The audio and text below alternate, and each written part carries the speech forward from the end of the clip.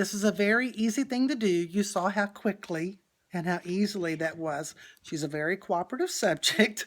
Not all cats may be quite that cooperative, but what I do is I face the cat toward me, I scruff them, they will cock their tail to one side or the other. I then take my hand to the opposite side that the tail is cocked. That way the tail's completely out of the way. Just come around that hip bone, right as that little indentation is between the tail and the anus and the hip bone. There's an indentation right there.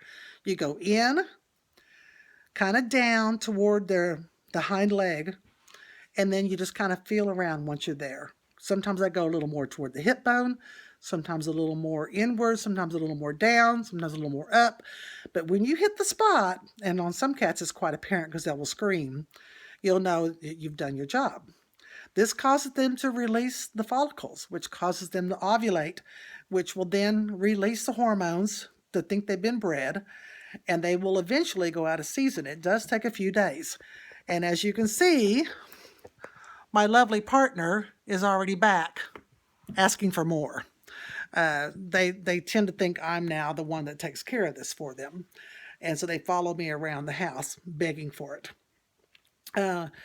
It's best to do it 3 or 4 times a day, 2 or 3 days in a row.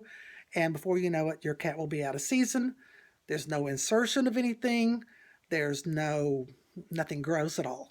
You just right there between the anus and the hip with your finger. Easy peasy. If you have any questions, write me. Thank you. Bye-bye.